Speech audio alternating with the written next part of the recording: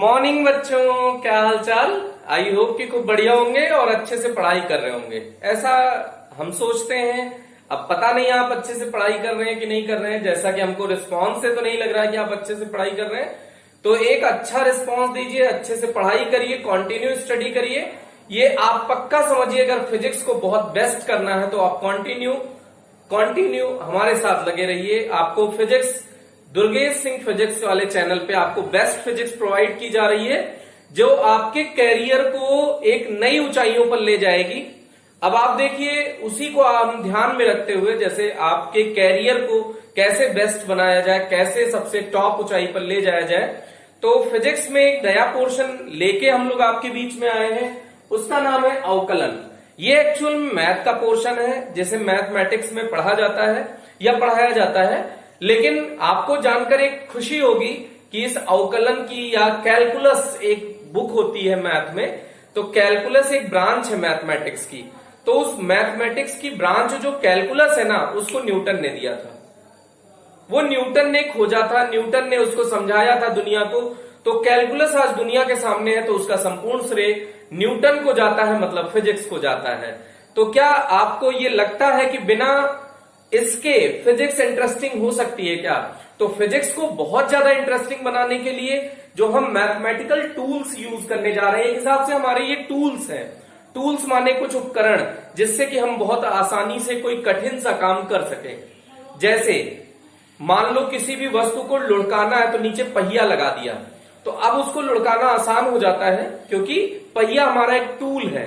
तो टूल की सहायता से हम कोई भी कठिन चीज को आसान बना देते हैं। तो ये एक मैथमेटिकल फिजिक्स का जो ये पोर्शन है, ये फिजिक्स का टूल है। तो फिजिक्स आपको बहुत सिंपल लगेगी अगर आपने कैलकुलस का पोर्शन बहुत अच्छे से स्ट्रॉन्ग कर लिया। इसमें कुछ हल्का फुल्का पोर्शन हम लोग जो कोऑर्डिनेट ज्योमेट्री है, निर्देशांक ज्यामिति, उसका भी यूज करेंगे। तो उसको यूज करेंगे क्योंकि वो ग्राफिकल रिप्रेजेंटेशन आप देखेंगे फिजिक्स में कॉन्टिन्यूअसली ग्राफ बनाने होते हैं। तो ये ग्राफ कैसे जनरेट करेंगे, कैसे ड्रॉ करेंगे, तो ये कैलकुलस की बजाय आपको वहां पे निर्देशांक ज्यामिति की ओर मूव करना पड़ेगा।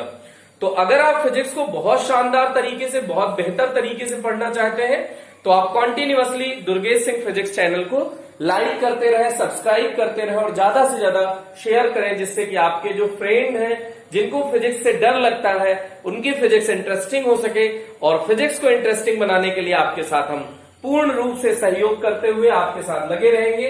तो आगे हम लोग कंटिन्यू करते हैं एक बेस्ट टॉपिक, डिफरेंशिएशन, जो फिजिक्स में बहुत शानदार तरीके से यूज होता है। सबसे इंटरेस्टिंग बात यह है कि बायो के बच्चे, जब आप कहीं भी ऑल इंडिया में जाएंगे, तो बायो के बच्चों की एक शिकायत होती है कि सर फिजिक्स हमारी वीक है। तो आपको बिलीव होगा, आप बिलीव करिए कि अगर आप हमारे चैनल के साथ जुड़े हैं तो आप बायो के स्टूडेंट होंगे, फिर भी आपका फिजिक्स लविंग सब्जेक्ट होगा। जो सबसे ज्यादा लव आप करेंगे किसी भी सब्जेक्ट से, तो वो होगा फिजिक्स। तो फिजिक्स बहुत ही इंटरेस्टिंग सब्जेक्ट है। तो उसका रिप्रेजेंटेशन किस तरह से किया जाता है, ये सबसे ज्यादा मेन मैटर करता है। आप एक महान वैज्ञानिक का नाम सुने होंगे, लॉर्ड कैल्विन। तो लॉर्ड कैल्विन कहते हैं, बेटा in science there is only physics. विज्ञान में सिर्फ भौतिक विज्ञान है, all the rest are stamp collecting. In science there is only physics, all the rest are stamp collecting. विज्ञान में सिर्फ भौतिक विज्ञान है, बाकी सब कागजों का ढेर है। आप जो पढ़ रहे होते हैं साइंस लेके, उसमें जितने भी सब्जेक्ट पढ़ रहे हैं वो कागजों का एक ढेर है। लेकिन फिजिक्स जो है वो सभी का, समझ लीजिए कि सबसे बेस्ट पार्ट है इसका, जो साइंस है। तो आप उस पोर्शन को डिस्कशन करने वाले हैं, उस पोर्शन को पढ़ने वाले हैं। तो सबसे ज्यादा मेन बात है कि फिजिक्स आपको इंटरेस्टिंग कैसे लगे, छोटी छोटी चीजें आपको कठिन कैसे ना लगे, उससे बचने के लिए हम लोगों ने जो मैथमेटिकल पोर्शन यूज होता है फिजिक्स में, वो पढ़ने का डिसीजन लिया है। तो हमारे साथ कॉन्टिन्यूअसली चैनल को लाइक करते रहे, देखते रहे और ज्यादा से ज्यादा अच्छे से इसको स्टडी करने की कोशिश करें, जिससे कि आपको बहुत फायदा हो सके। तो हम लोग अपने टॉपिक की ओर मूव करते हैं। बेटा देखिएगा, जैसे डिफरेंशिएशन का मतलब होता है कि एक मकान है, अगर उसका डिफरेंशिएशन कर दिया, मान लो कि किसी भी चीज के सापेक्ष उसको डिफरेंशिएट कर दिया, तो ये ईंट में बदल जाएगा, टूट टूट के टुकड़ा मिलेगा। तो डिफरेंशिएशन का मतलब होता है तोड़ना। आगे हम लोग पढ़ेंगे समाकलन, तो ये समाकलन का चिन्ह होता है इंटीग्रेशन। तो ईंट है मान लीजिए, उसका आप इंटीग्रेशन करते हैं तो आपको मकान मिल जाएगा। ईंट ईंट ईंट ईंट जोड़ के क्या बन गया है, मकान। तो ऐसे समझिए कि डिफरेंशिएशन का मतलब होता है तोड़ना और इंटीग्रेशन का मतलब होता है जोड़ना। तो हम लोग पहले पोर्शन पढ़ने जा रहे हैं डिफरेंशिएशन, क्योंकि जैसे आप दूरी तय करेंगे, मतलब विस्थापन तय करेंगे, वेग करेंगे, वेग आप प्रोड्यूस करेंगे या किसी वेलोसिटी से आप मूव करेंगे, आप में एक्सेलरेशन होगा, तो ये सब चीजें होंगी। तो इसमें कॉन्टिन्यूअसली आपका पाथ चेंज होगा, तो उस हर पाथ पे आप कैलकुलेट कर सकें, तो इसके लिए एक छोटे से इंटरवल में आपका कैलकुलेशन पॉसिबल हो सके, तो इसके लिए हम लोग डिफरेंशिएशन पढ़ते हैं। तो डिफरेंशिएशन एक्चुअली किसी भी पॉइंट पर स्पर्श रेखा से ज्ञात किया जाता है। किसी भी अगर आप डिफरेंशिएशन कर रहे हैं तो इसका मतलब किसी बिंदु पर आप स्पर्श रेखा का मान निकाल रहे हैं। तो स्पर्श रेखा क्या होती है बेटा, जैसे ये कोई वक्र है, तो स्पर्श रेखा क्या होती है, जब वह रेखा जो किसी भी वक्र के एक बिंदु को स्पर्श करती हुई जाए। काटने वाली तो ये भी है बेटा, एक बिंदु से होकर जाने वाली, मतलब ये भी रेखा है, लेकिन स्पर्श रेखा किसे कहते हैं, जो वक्र के एक बिंदु को स्पर्श करती हुई जाए, स्पर्श रेखा कहलाती है। और किसी भी वक्र के किसी बिंदु पर, जैसे मान लीजिए ये कोई कण ऐसे जा रहा है, तो वक्र के किसी बिंदु पर खींची गई स्पर्श रेखा, ध्यान दीजिएगा बहुत इंपॉर्टेंट बात है, बोलिए, वक्र के किसी बिंदु पर खींची गई स्पर्श रेखा उस बिंदु पर कण की दिशा को प्रदर्शित करता है। जैसे आप यहां पर, आपसे किसी ने पूछा दिशा बताओ, तो इस बिंदु पर स्पर्श रेखा खींच दीजिए, तो ये इसकी दिशा है। मान लो यहां पर किसी ने दिशा पूछी, तो यहां पे स्पर्श रेखा खींच दीजिए, इसकी दिशा मिल गई। इस बिंदु पर किसी ने दिशा पूछी, तो स्पर्श रेखा खींच दीजिए, ये दिशा हो गई। इस बिंदु पर अगर किसी ने दिशा पूछी, स्पर्श रेखा खींच दीजिए, ये दिशा हो गई। आपने जैसे चक्री चलाई होगी दिवाली में, तो उसमें जो फुलझड़ियां निकलती हैं बेटा, वो उसके स्पर्श रेखा के अनुदिश ही निकलती हैं, क्योंकि किसी एक बिंदु पर देखेंगे तो ये उसकी दिशा हो जाएगी, ये उसकी दिशा हो जाएगी कण की। अब सोचोगे तीर ऊपर ही क्यों बनाया, क्योंकि कण इधर जा रहा है बेटा। अगर कण इधर जा रहा होता तो तीर नीचे की तरफ बनाते, इधर की तरफ, उल्टा। तो कुल मिला के स्पर्श रेखा क्या होती है, स्पर्श रेखा किसी कण के किसी बिंदु पर, वो वक्र के किसी बिंदु पर खींची गई स्पर्श रेखा उस बिंदु पर कण की दिशा को प्रदर्शित करती है। तो ये सबसे इंपॉर्टेंट बात है। तो स्पर्श रेखा आपको पता चलती है अवकलन से। तो अब अवकलन हम लोग ज्यादा इसमें एक्स्ट्रा बातें ना करते हुए टॉपिक पे आते हैं, क्योंकि ये हमारे पास इतना समय की थोड़ी सी कमी है, क्योंकि हम लोगों को मैथमेटिकल पोर्शन बहुत कम समय में खत्म करना है और ये सिलेबस बहुत लंबा है। सोचिए कि आप ये 1 साल लग जाता है मैथ के स्टूडेंट को अवकलन, समाकलन और ये ग्राफ और ये सब चीजें जो पढ़नी है, वो हम लोगों को लास्ट 10-15 दिन 20 दिन में खत्म करना होता है, जिससे कि हम फिजिक्स को एक स्टैंडर्ड लेवल पे ले जा सके। तो हमारे पास ज्यादा बात करने का समय नहीं है, तो इसके लिए हम लोग सीधे टॉपिक पे आते हैं, फॉर्मूले पे आते हैं। तो अवकलन के सूत्र, अवकलन से संबंधित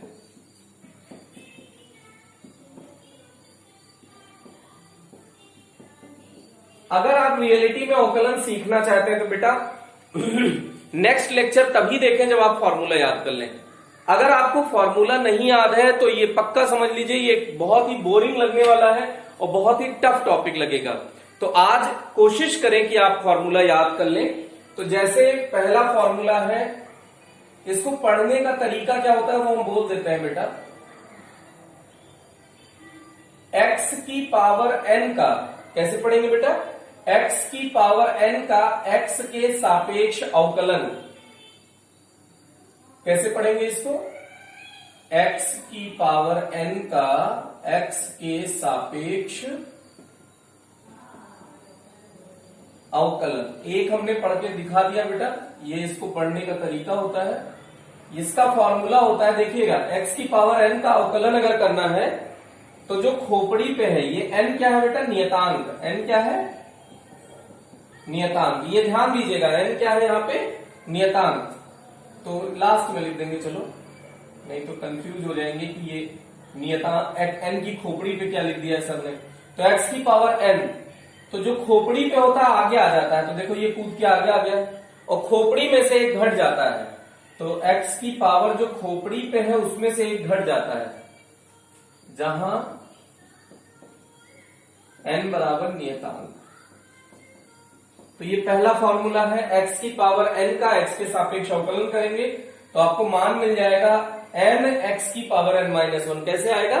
n x की पावर n माइनस वन। दूसरे का अवकलन करेंगे, अगर मान लीजिए कि कोई नियतांक है c क्या है बेटा? नियतांक। नियतांक का मतलब क्या होता है? जैसे 2, 4, पाई, ये सब क्या है? नियतांक है। तो नियतांक का अवकलन हो जाएगा 0। नियतांक का अवकलन क्या हो जाएगा? 0 d/dx। लेकिन यही नियतांक अगर x की पावर n के साथ आता है तो अब ये अवकलन नियतांक का कुछ नहीं बिगाड़ पाता, तो नियतांक वैसा ही रह जाता है, और जो x की पावर n है उसका जो अवकलन आपने देखा था वो हो जाता है n x की पावर n माइनस वन। ध्यान देना बेटा, c अगर किसी नियतांक, वो किसी चर का हाथ पकड़ के आता है, चर का मतलब जो चरे, जिसका मान बदले, इसका मतलब ऐसे समझिए कि जिसका मान बदल जाए, वो है चर। तो x की पावर n चर है, तो अब x की पावर n का अवकलन होता है nx की पावर n माइनस वन। ऐसे ही जब ये नियतांक का अकेला होगा तो अवकलन होता है 0। लेकिन जब वही नियतांक किसी चर का हाथ पकड़ के आता है कि चलो भैया हमको तो नियतांक ये लोग परेशान कर रहे हैं, अवकलन हमारा वैल्यू 0 कर देते हैं, तो चर कहता है कि चलो देखता हूं कौन है भाई, तो पता चलता है c है। तो c का इन्होंने कहा अब c टशन में आ गया कि मेरा तो कुछ नहीं बिगाड़ पाएगा, तो c रह गया। लेकिन x की पावर n का अवकलन हो गया, जो एंड के आया था उसका तो इन्होंने अवकलन कर दिया और c को छोड़ दिया। ठीक, तो c इंटू एक्स की पावर n तो कांस्टेंट रह जाएगा, कांस्टेंट का कुछ नहीं बिगड़ेगा, और x की पावर n का अवकलन हो जाएगा। फिर उसके बाद देख लीजिएगा बेटा, d/dx एक एक्सपोनेंशियल फंक्शन होता है e की पावर x। कुछ लोग e की पावर x ऐसे लिखते हैं, एक e की पावर x। ये बेटा शर्ट है, ये कॉलर है। अब शर्ट और कॉलर का साइज सेम हो गया तो कैसे लोगे? उड़ने टाइप वाले। तो शर्ट और कॉलर में ये ध्यान दीजिएगा कि कॉलर बहुत छोटी रहती है शर्ट के कंपैरिजन में, तो e की पावर x का अवकलन कुछ नहीं बिगाड़ पाता, ये e की पावर x ही रह जाता है। e की पावर x का अवकलन कुछ नहीं बिगाड़ पाता, उसका मान कितना हो जाता है बेटा? e की power x d/dx log x। अगर यहां log x लिखा है तो ये समझ लीजिएगा बेस में e है, तो log x का अवकलन होता है 1/x d/dx a की पावर x का होता है बेटा a की पावर x, तो a की power x log a base e। a की पावर x का अवकलन क्या होता है बेटा? a की power x log a base e। अब इसके बाद देखिएगा, बहुत इंपॉर्टेंट फॉर्मूला आपसे डिस्कशन करने जा रहे हैं हम।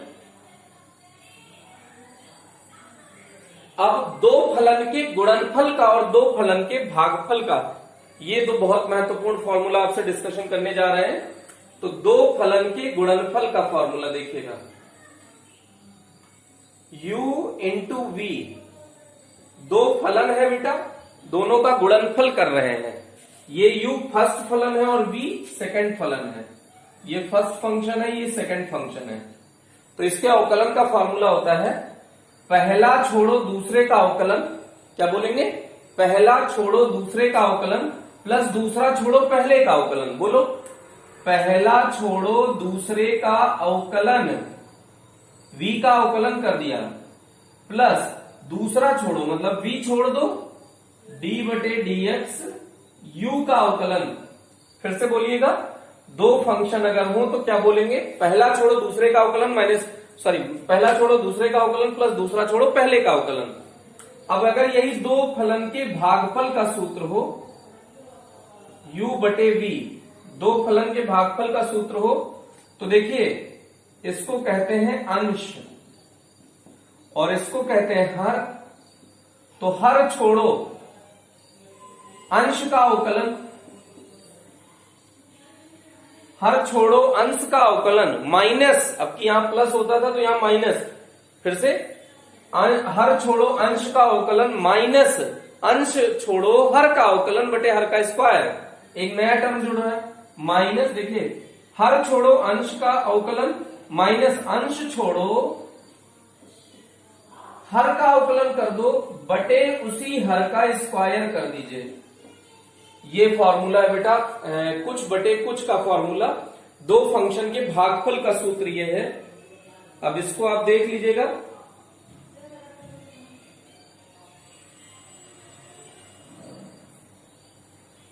अब इसको जल्दी से वीडियो पॉज करके आप नोट कर लीजिए, फिर हम लोग कुछ और फॉर्मूले का डिस्कशन किया जाए। जल्दी से इसको वीडियो पॉज करो और नोट करो बेटा फॉर्मूले।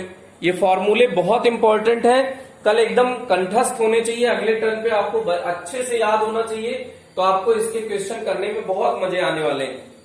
तो इसके कुछ फॉर्मूलों को हम इरेज कर देते हैं बेटा, इधर वालों को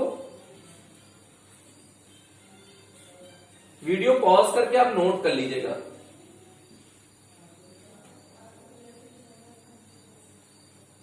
अब त्रिकोणमितीय फलन के अवकलन का सूत्र तो देखना बेटा, d बटे डी एक्स साइन एक्स, तो साइन एक्स का अवकलन होता है कॉस एक्स, d बटे D x cos x, cos x का अवकलन होता है माइनस साइन एक्स, d बटे डी एक्स टेन एक्स।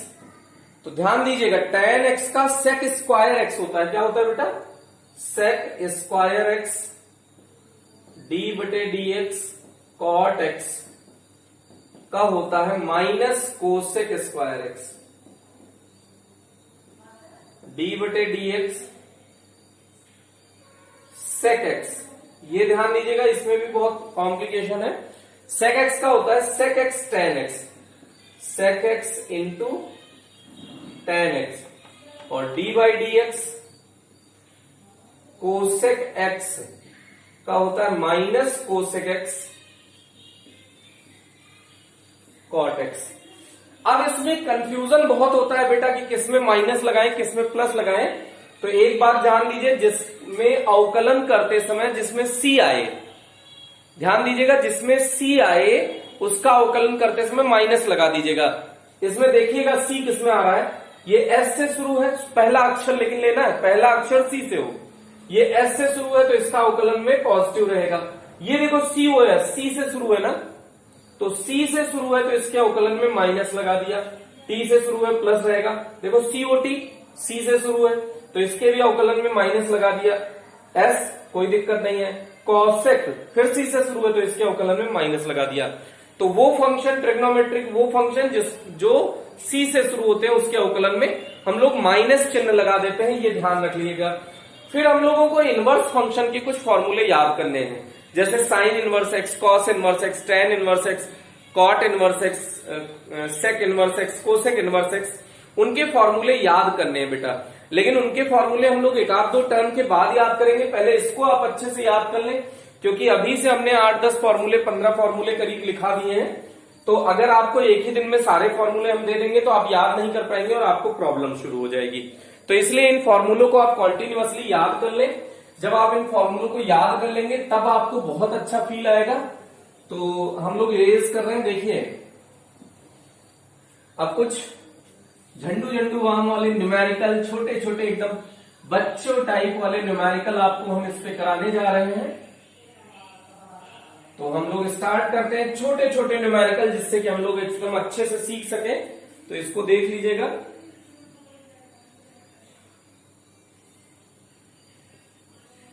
चलिए भाई इसको देखिएगा।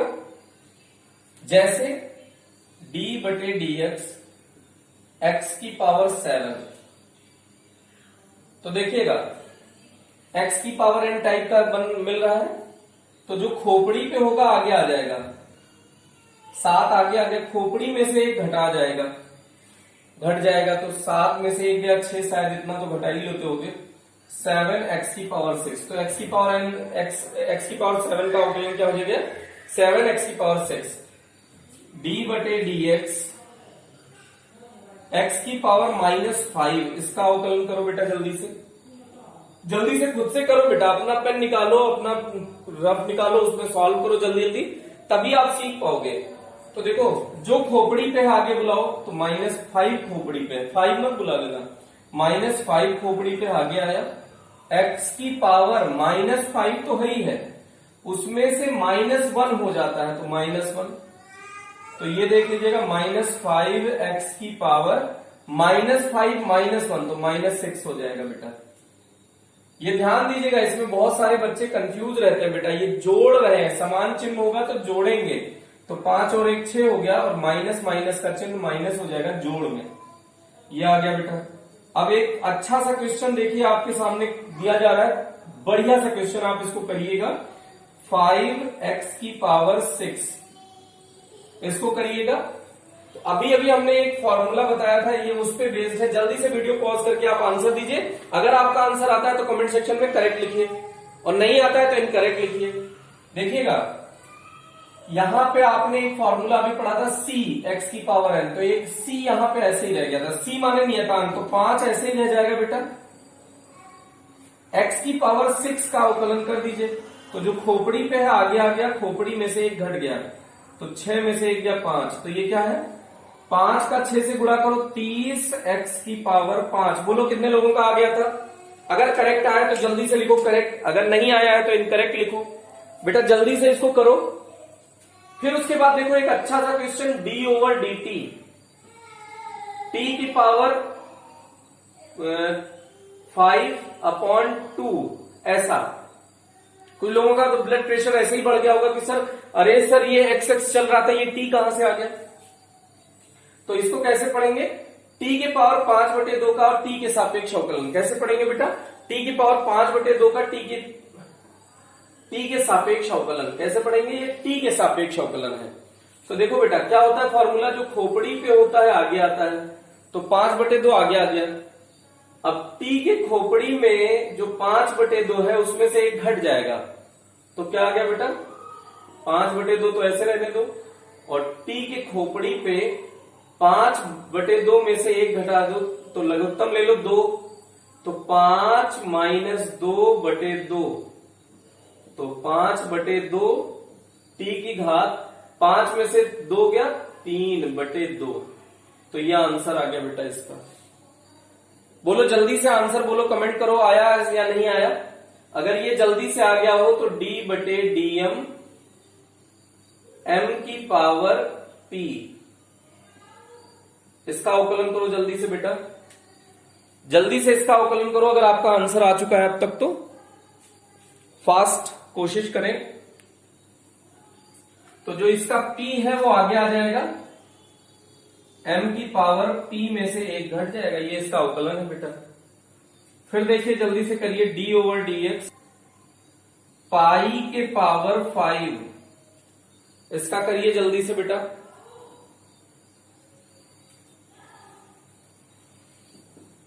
तो आपने इसको लिखा होगा 5 पाई के पावर 4, अगर ऐसा लिखा है तो ये गलत है बेटा। देखिएगा क्यों ऐसा हो रहा है गलत, इसको समझने की कोशिश करिएगा, ये गलत क्यों है जल्दी से। क्योंकि पाई का मान आपने याद किया है 3.14, तो इसका 5 का मतलब है 3.14 को 5 बार लिखो, 3.14 गुणा 3.14 गुणा 3.14 गुणा 3.14 गुणा 3.14, तो इतनी बार जब 3 का इनका आपस में गुणा करोगे तो एक संख्या आएगी ना, तो ये एक नियत संख्या है बेटा, नियत संख्या है। तो नियत संख्या मतलब नियतांक है, मतलब ये क्या है बेटा, नियतांक। तो नियतांक का अवकलन क्या होता है, 0, तो पाई की पावर 5 का अवकलन क्या हो जाएगा, 0। जल्दी से इसको आप जल्दी से नोट करें, अगला क्वेश्चन आप ट्राई करें।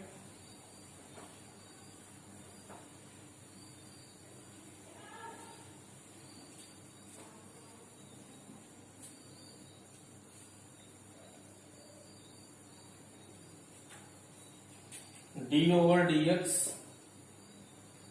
x की पावर ऐसे √x, ऐसा कर लीजिए। इसको सॉल्व करो जल्दी से बेटा। तो देखो इसको ऐसे लिख सकते थे क्या, वीडियो पॉज करके आप आंसर दे दीजिएगा तभी आगे देखिएगा। x की पावर 1/2 अब जो खोपड़ी पे है आगे बुला लीजिए और खोपड़ी में से एक घटा दीजिए, तो ये हो गया 1/2 x की पावर 2 लघुत्तम ले लीजिए तो 1 - 2/2, तो ये हो जाएगा 1/2 x की पावर -1/2। ये इसका आंसर है बेटा। अगर और सिंप्लीफाई करना चाहो तो एक नया चीज देख लो, यहां पे x/y लिखा है बेटा, तो इसको ऐसे लिख सकते हैं क्या, x y को ऊपर बुलाओ, तो इसके खोपड़ी पे जब कुछ नहीं है तो इसका मतलब 1 है, तो ऊपर जाएगा तो चिन्ह बदल जाएगा, -1 हो जाएगा। तो अगर ये ऐसे लिखा होता x × y की पावर -1, तो y को नीचे लाते तो y की पावर +1 हो जाता। मतलब हम ऐसे कह रहे हैं x × y की पावर -1 है, तो इसको ऐसे लिख सकते हो क्या, x ऐसे रहने दो, y की पावर -1 है तो नीचे बुलाओगे तो y की पावर +1 हो जाएगा, तो ये x/y हो जाएगा। तो चाहे इससे ये लिखो या इससे ये उल्टा भी तो लिख सकते हो, ये कह रहे हैं। तो अगर x की पावर -1/2 है तो 1/2 रहने दीजिए, x की पावर नीचे आ जाएगा 1/2, और x की पावर 1/2 का मतलब होता है √, तो 2 × √x। अगर आप और सिंप्लीफाई करना चाहें तो ये आंसर सही है, और बाकी अगर आप यहां छोड़ देते हैं तो आपका आंसर करेक्ट मान लिया जाएगा। तो इसके बाद देखिएगा बेटा नेक्स्ट क्वेश्चन, जल्दी से आप इसको वीडियो पॉज करके नोट करें।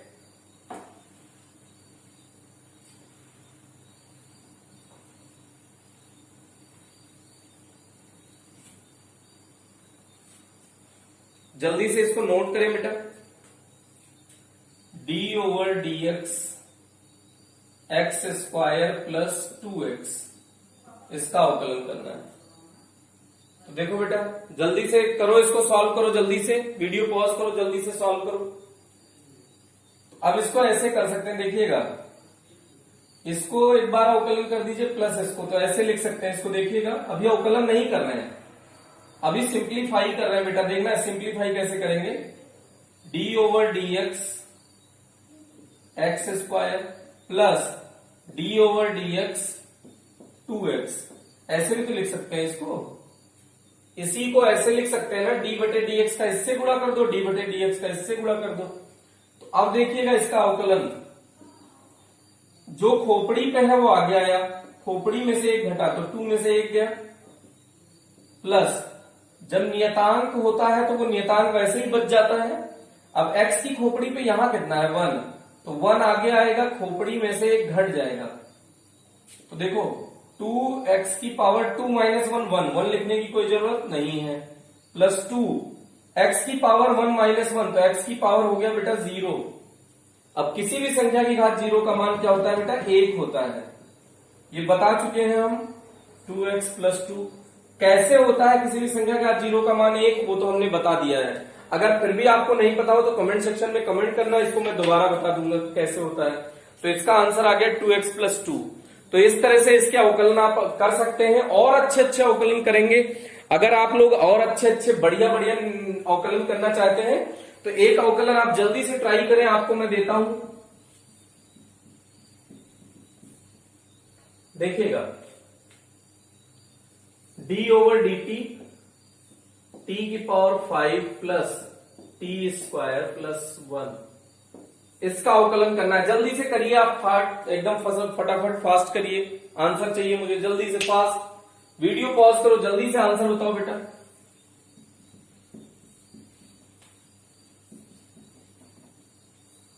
अब देखिएगा अगर आपने कर लिया हो तो सामने देखिएगा, d/dt t⁵ + d/dt t² + d/dt 1, ऐसे कर सकते हैं क्या बेटा, तीनों को अलग अलग d/dt से गुणा कर दिया। देखिए अब जो खोपड़ी पे आगे आ गया, ये 3 क्वेश्चन अलग अलग मान लीजिए बेटा, एक को सॉल्व कर लो, एक को सॉल्व कर लो, एक को सॉल्व कर दो, बीच में प्लस लगा दो।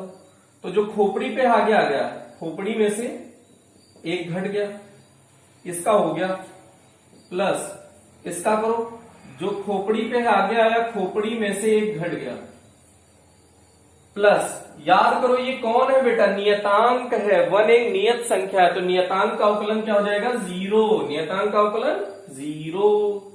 5 t की पावर क्या हो जाएगा बेटा 4 + 2 टी की पावर 1, तो टी की पावर 1 ही रह जाता है, तो ये टी ही रह जाएगा। तो ये आपका आंसर आ गया 5t की पावर 4 प्लस 2t, इस क्वेश्चन का आंसर था। तो जल्दी से आप वीडियो पॉज कर लीजिए और अच्छे से इसको नोट कर लीजिए, और फिर आप ढेर सारे न्यूमेरिकल जहां से भी अवकलन के आपको मिले आप ट्राई कर सकते हैं। अभी बेसिक न्यूमेरिकल, फिर अगले टर्म पे हम लोग फिर डिस्कशन करेंगे इसी अवकलन का थोड़ा सा और अच्छा लेवल बढ़ाते हुए। तो इसको आप एक बार अच्छे से 2-3 बार आप इन क्वेश्चन को ट्राई कर लीजिएगा, जिससे आपको फॉर्मूला याद करने में मदद मिले। लेकिन बेटा कोशिश करो, कसम खाओ कि अगले टर्म पे तभी वीडियो देखेंगे जब हम इसके फॉर्मूले अच्छे से याद कर लेंगे। जितने फॉर्मूले लिखे हैं अगर वो आप अच्छे से याद कर लेते हैं तो ये यकीन मानिए आपको अवकलन बहुत आसान लगने वाला है। तो एक बेटा रिक्वेस्ट है कि आप अगले टर्म पे वीडियो देखें, तो उसके पहले मतलब आज आपके पास पूरा टाइम है, पूरा दिन है, तो आज आप पूरा इस वीडियो को याद करने की कोशिश करें। वो वीडियो का मतलब उसके फॉर्मूले याद करने की कोशिश करें, जिससे कि आप अगले टर्न पे बहुत अच्छा परफॉर्मेंस दे सकें। तो तब तक के लिए थैंक यू। हंसते रहिए, मुस्कुराते रहिए और खूब अच्छे से पढ़ाई करते रहिए।